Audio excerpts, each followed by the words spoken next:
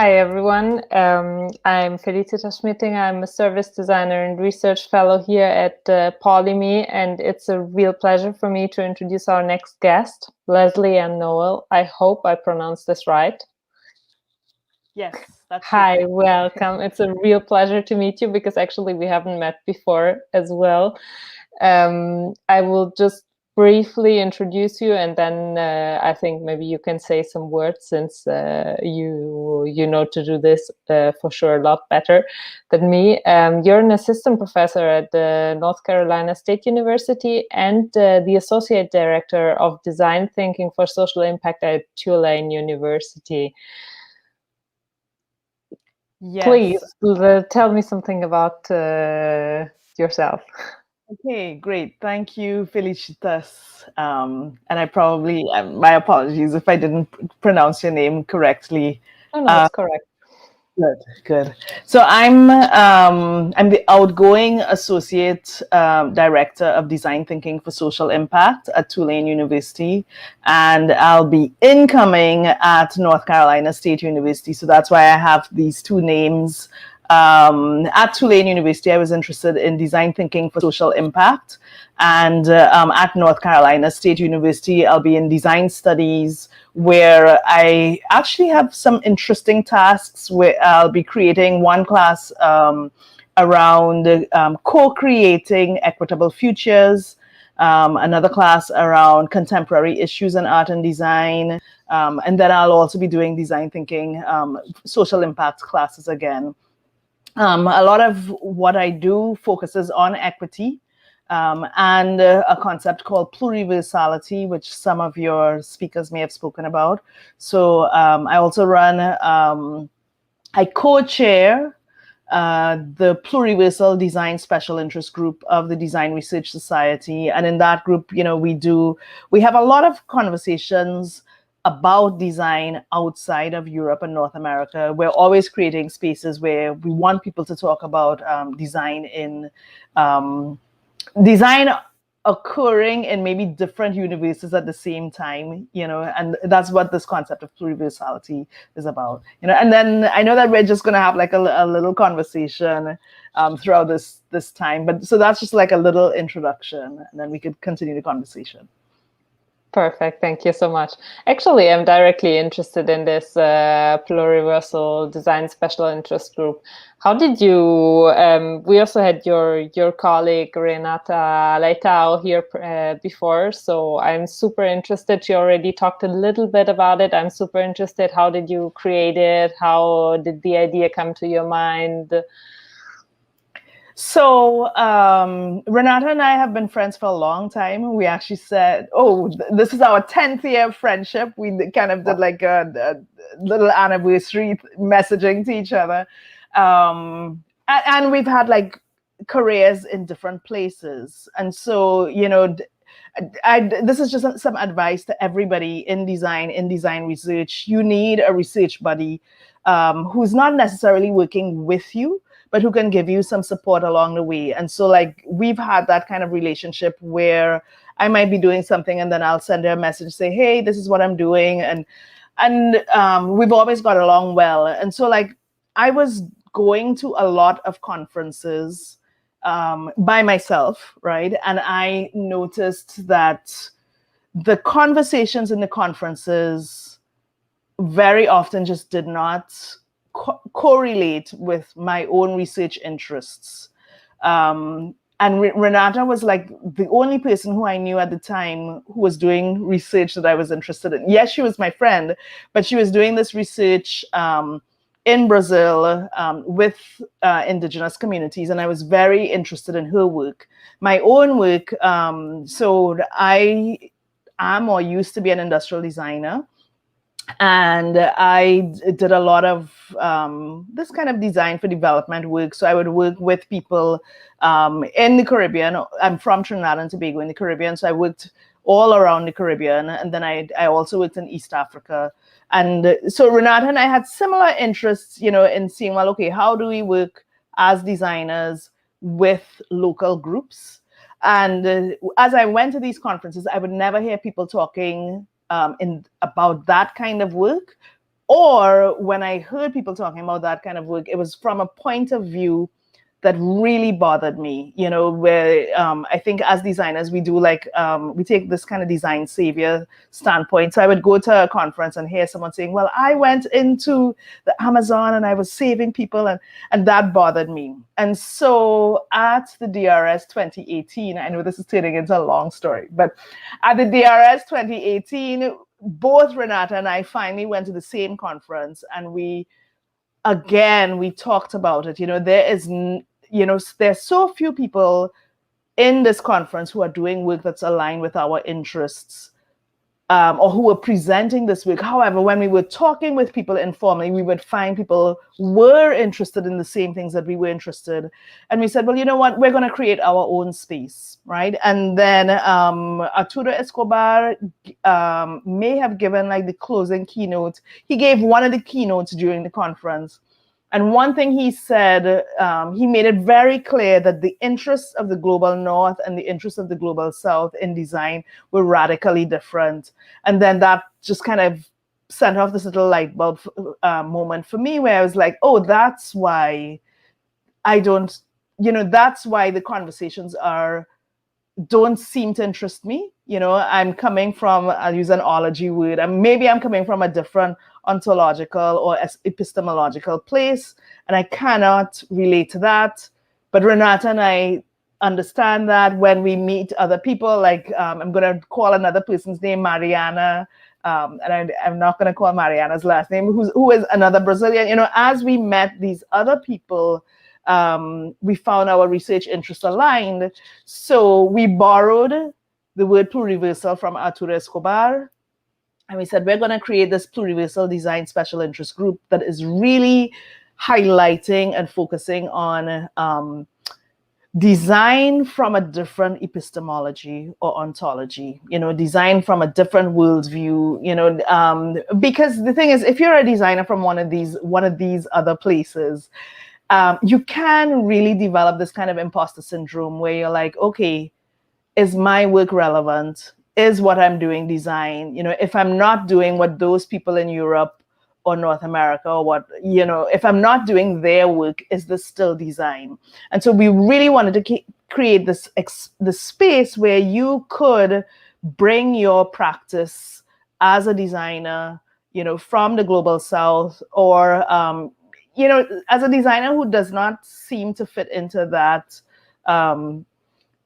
hegemonic kind of European or North American kind of design structure. You know, you could bring your design practice and we'll talk about it, right? So that's how the space kind of came about. And I think it's a very vibrant space. I mean, it's a space that I created, but I'll say it's a vibrant space because during the academic year, we're on break right now, on summer break in the United States where I teach. But during the academic year, we meet virtually like every 2 weeks.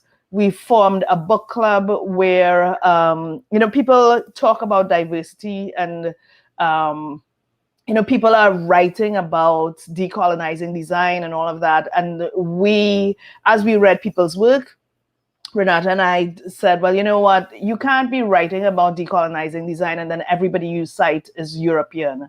You know, that doesn't make sense. And so we created the book club to help designers to find, and design researchers to find other people to cite, you know. So we focus on authors from Africa, the Caribbean, Latin America, and Black authors, you know, so that people could diversify their reading lists.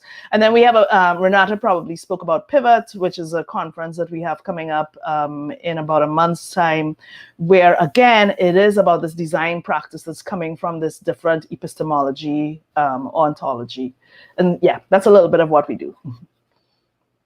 Thank you so much. I think this is super interesting because I worked a lot with co-creation and co-design in the past years, and it's so dependent on the context, on the cultural background, and it's so diverse. And I stumbled upon a Medium article of yours that actually was where you stated that you hate the word inclusion because someone needs to, there's the permission from someone for someone else to be included.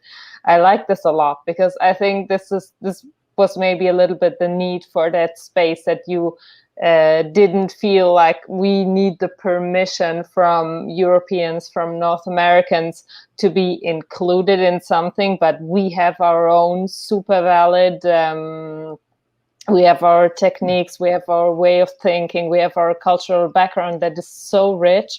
And just because maybe the community is a little bit more fragmented or spread around the world, it doesn't need to say that it's like less valid, or the design thinking approach in this way is wrong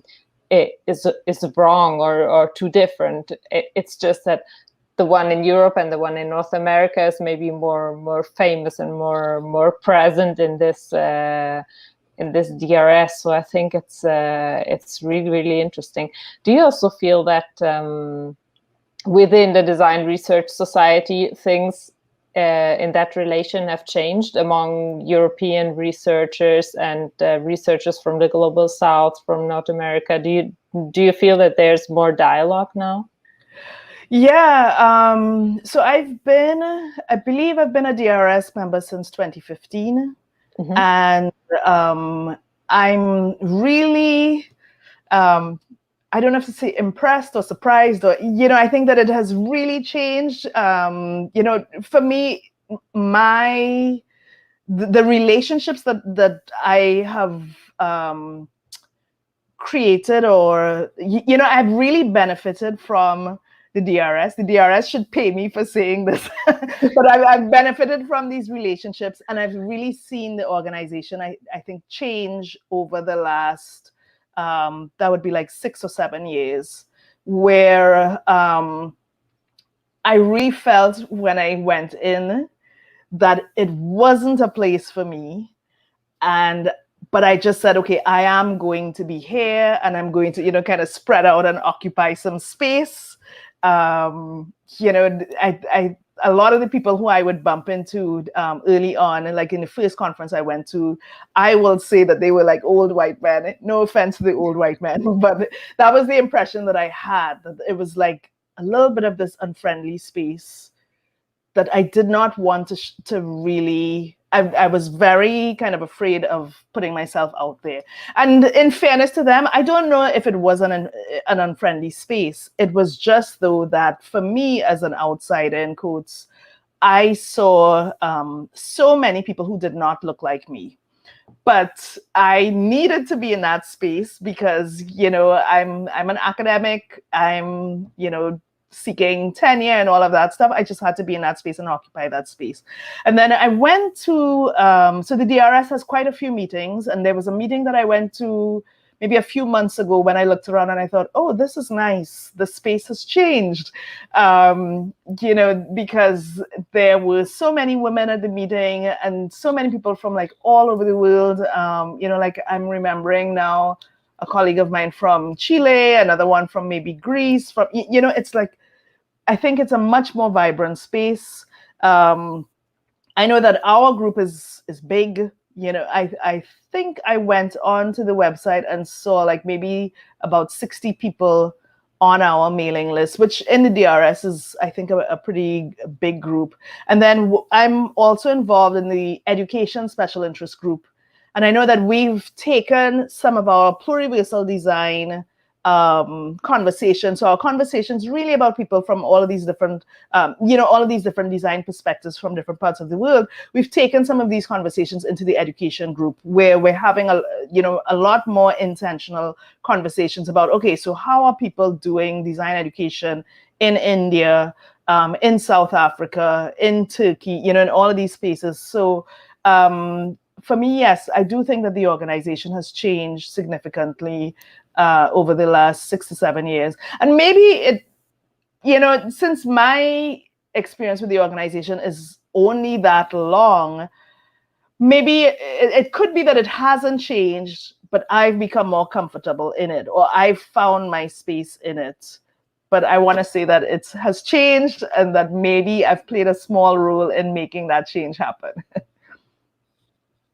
Definitely, I think so. That's also your statement that you wrote for today. Design the space you want to occupy. So basically, you designed your space in there, and maybe also the space for other people. Yes, and that's a message that I would give to people for everything. You know, like you maybe spaces can seem unfriendly. It might not even mean that the spaces are intentionally unfriendly. It's just that this is the way that these spaces were designed, and then we can undesign these spaces or we can create our own. So, you know, like if you are dealing with I don't know, imposter syndrome, you know, you're dealing with your own issues about, okay, is my point of view respected and all of that, you can have the maybe the reassurance that there are probably other people somewhere in the world who might have a similar perspective as you. And you know, if we could all be like a little bit bolder about bringing our perspectives out, we then actually end up creating space for other people to also share and participate actively in these spaces. And you know, if people are still trying to keep us out of these spaces, then yes, really just we need to go and make our own. But yeah, I've been happy that I've been able to play a role in creating this space within the DRS. Definitely. I think it's also something that we, as designers, sometimes I have the impression we tend to have a really good image of what we want to do, about what kind of users we want to involve, for who we want to design. And sometimes we forget our own space of operation where we operate within. And so I think this is especially interesting because you were basically working on, like, let's say, your surrounding as a designer more than like a specific project where you were designing for other people. So I think this is a really, really interesting aspect of designers that sometimes we tend to forget a little bit. Yeah, and I wanted to talk about design in a slightly different way as well. Like I've been reading the work of an author in the US called Adrienne Marie Brown, and actually I had the opportunity to interview her last week, and she's maybe an organizer and an activist, and she's dealing with social movements. And you know, as I was reading her to prepare for the interview, I started to see all of this design language within her books. So she has one book called Emergent Strategy. And, you know, there's a lot of design language in all of her books. So actually, when I went to the interview, I talked to her about that. I said, well, you are using this language of design. But would you call yourself a designer? And, you know, she actually said that she wasn't really conscious that she had been using this design language, but later on she was able to see it, you know. And so it's like, I think that there could be some new and different roles for us as designers, you know, because we're using our design abilities to help people imagine spaces and futures. You know, the last person, the last people who spoke a little bit about future. And I think that, you know, that's a skill that we do have to have as designers. You know, we have to be able to imagine futures and use the skill and ability that we have of seeing a project come through and help and support people build the futures that we want then through design. You know, so the same design ability that we have maybe to design a table or an app or something like that, we can be helping people design worlds, you know, design, you know, respond to social issues through design. That's a new role for us as designers as we move forward. So designer as activist and designer as organizer, facilitator. These are other roles that we have as design. And so I think, like, in creating space like the previous design group, or in creating spaces like Pivot, or spaces where we talk about decolonizing design, etc., we're actually using some of these organizing and facilitating abilities in the work that we're doing. So like we are creating this movement around decolonizing design in the work that we're doing. Yeah, when you just said like helping people to design, one thing that came to my mind when we were working with a public administration office here in Italy, we were doing co-design activities to redesign their services. And at some point, I felt like, okay, basically we have to support these people in designing the new services themselves, because I don't have the expertise as a designer actually to create what these people need, but they perfectly know what they need. So they just need some support and some help in getting to know how to create it and learning how to create it, some mediation, some facilitation. But actually in that case, I didn't feel a designer in the sense that designing a product or a service was needed, but more a facilitator. Mm-hmm. Yes, you played this role of facilitator and organizer, helping people to have conversations and things like that. Yes. It's a new role, and it's a skill as well. How do we learn to not impose our tastes or our worldview? How do we go into a community and not assign our value system to their way of life? So these are things that we have to kind of unlearn. How are we have to unlearn, or we have to learn to step back so that other people can step forward, and then we just learn to create space like that.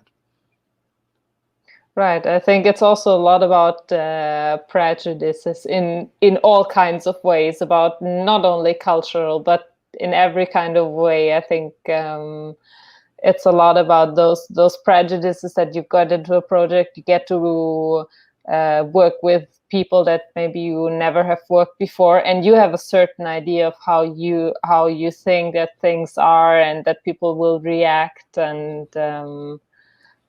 I saw you also worked a lot in education, so I think you also have experiences on that.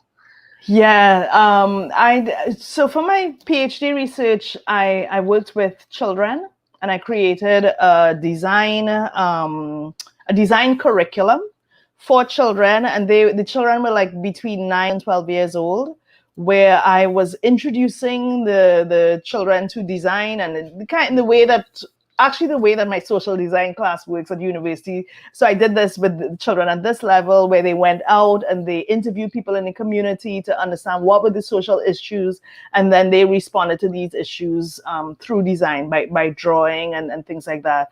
And so I think like these are some of the skills that we have as designers, like being able, or skills that we should be fostering as designers, the skill of being able to listen to people.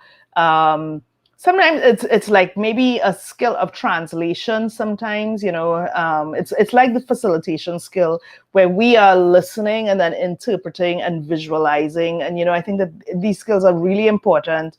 And these skills don't have to remain within the big D discipline of design. They can spread out like all over to maybe a small D discipline of design. Over the last 2 or 3 years, actually, I really have not taught within a college of design. I've taught in more general education. And so I spent a lot of time, the last 3 years, teaching students who are not design students to go through the social design process. So actually in the fall or in the autumn, I'm going to have to relearn how to work with design students, because but I really believe that we have these abilities and skills that really probably should be part of basic education. I see a role for design education in basic education, and so that's what I was trying to do with my my doctoral research. Create this kind of basic curriculum that could be also an anti-oppression curriculum. We haven't touched on that, but that was another theme within the curriculum that I was created, where I was using, I was inspired by the work of Paulo Freire and trying to get the students to see these oppressive forces around them. And, you know, as they interviewed people in the community, they had to ask them also about, again, these oppressive forces, and then try to see, okay, well, how do we respond to this oppression, or how do we respond to these issues through design, right? And so, again, these are skills that I don't think have to remain within the design studio. They can be in general education. And then when I am teaching design students more exclusively, I am intentionally trying to see how can we bring really more political discussions into the design classroom, because I don't know about you, but my design education was not political at all.